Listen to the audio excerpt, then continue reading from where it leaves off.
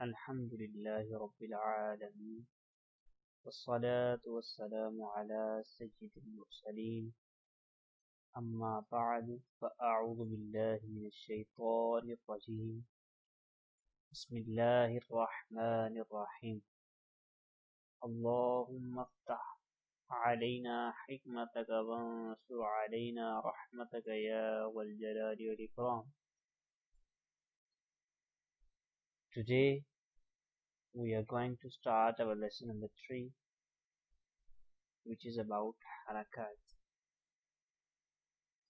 In this lecture we will study what are the harakat, how we can pronounce harakat, what is the difference between alif and hamza.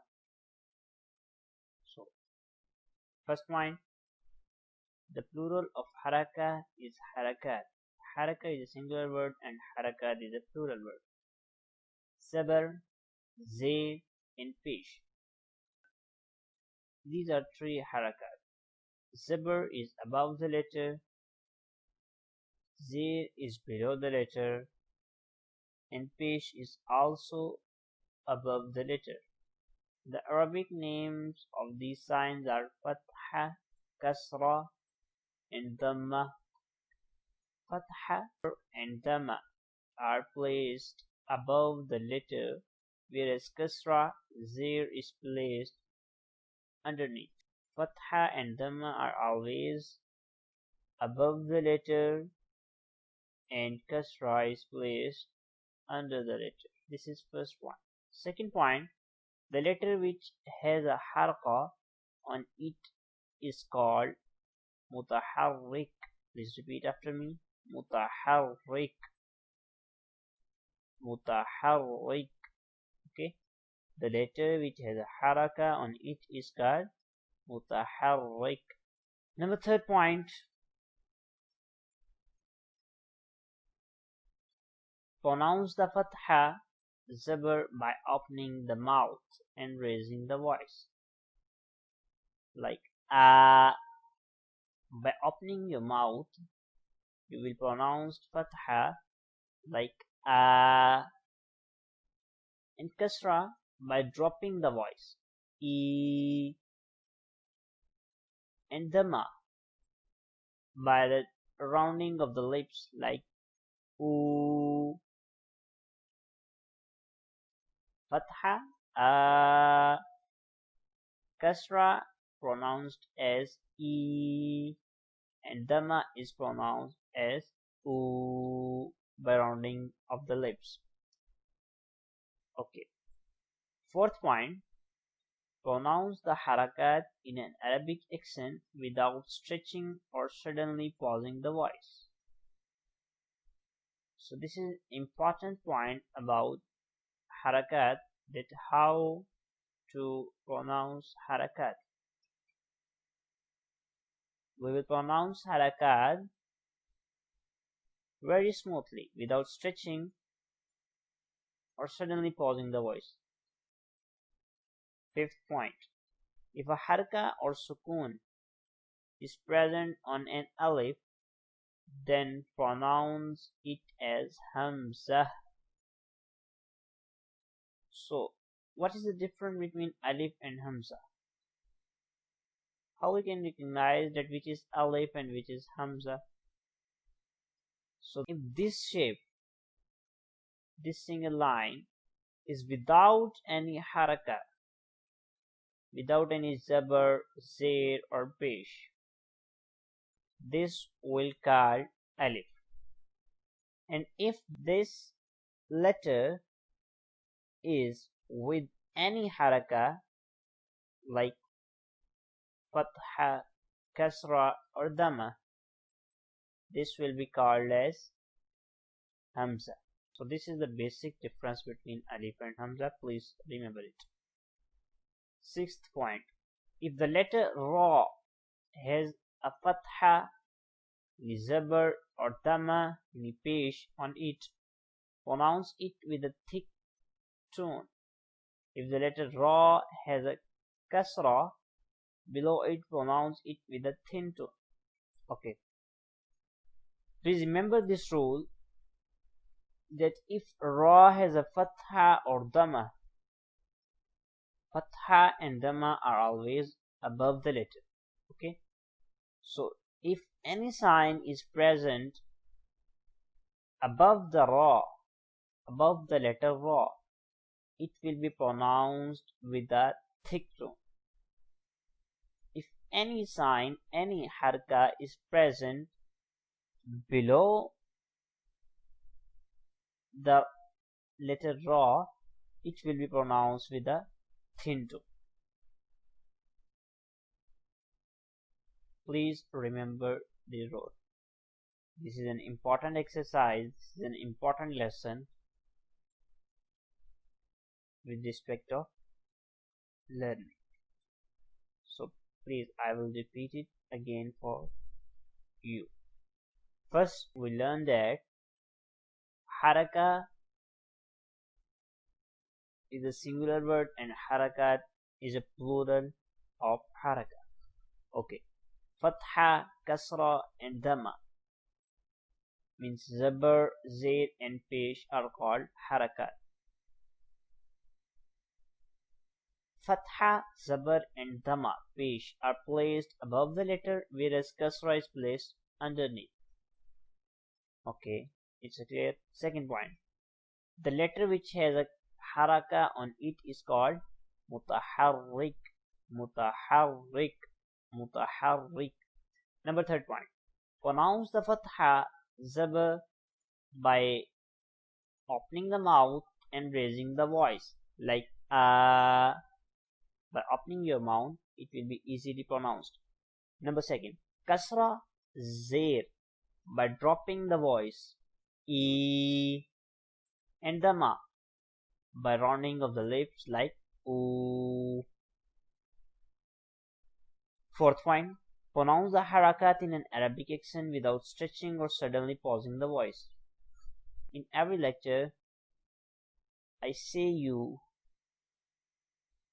to pronounce the Arabic letters in Arabic accent.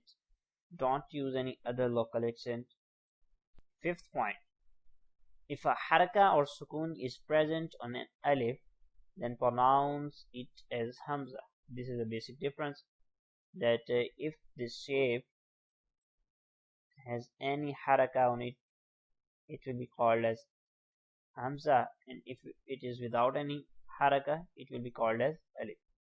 If the letter ra has fatha or dhamma on it, pronounce it with a thicker tone. If the letter ra has a kasra below it, pronounce it with a thin tone. If any haraka present on above the letter ra, it will be pronounced with a thicker tone.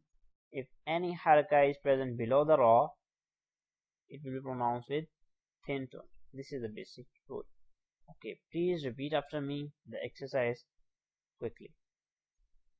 Hamza sabar a, hamza zed e, hamza pesh u, a, e, u.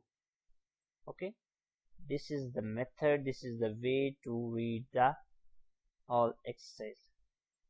Ba zabar ba, ba zer bi, ba pesh bu, ba bi bu, ta zabar ta zer ti, ta pesh tu, ta ti tu, sa zabar sa zer thi, sa pesh su, sa si su, jim zabar ja, jim zer ji, jim pesh ju, ja ji ju, ha zabar ha, ha zer hi, ha pesh hu, ha hi hu, خا زبر خا خا زیر خی خا پیش خو خا خی خو دال زبر دا دال زیر دی دال پیش دو دا دی دو ذال زبر ذا ذال زیر ذی ذال پیش ذو ذا ذی ذو را زبر را را زیر ری را پیش رو را ری رو زا زبر زا زا زیر زی زا پیش زو زا زی زو سین زبر سا سین زیر سی سین پیش سو سا سی سو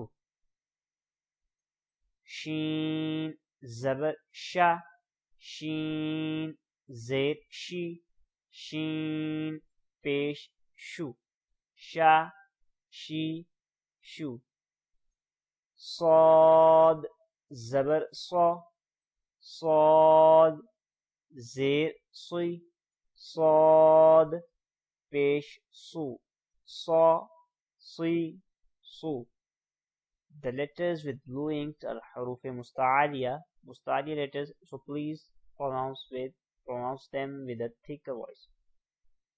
ضاد زبر ضا ضاد زیر ضی ضاد پیش دو ضا ضی دو طا زبر طا طا زیر طی طا پیش طو طا طی طو ظا زبر ظا ظا زیر ظی ظا پیش ظو ظا ظی ظو عین زبر ع عین زیر عی عین پیش عو ع عی عو غین زبر غا غین زیر غی غین پیش غو غا غی غو فا زبر فا فا زیر فی فا پیش فو فا فی فو قاف زبر قا قاف زیر قی قاف پیش قو قا قی قو کاف زبر کا کاف زیر کی کاف پیش کو کا کی کو نون زبر نا نون زیر نی نون پیش نو نا نی نو واو زبر وا واو زیر وی واو پیش وو وا وی وو ہا زبر ہا ہا زیر ہی ہا پیش ہو ہا ہی ہو حمزہ زبر آ حمزہ زیر ای حمزہ پیش او آ ای او یا زبر یا یا زیر جی یا پیش یو یا جی یو. So this is our third lecture, which is about harakat. Hope so. You are remembering these lecture daily, and if you have any question about this lecture or any other previous lecture, you can ask me in the comment section. I will reply you as soon as possible. Thank you so much. Assalamu alaikum wa rahmatullahi wa barakatuh.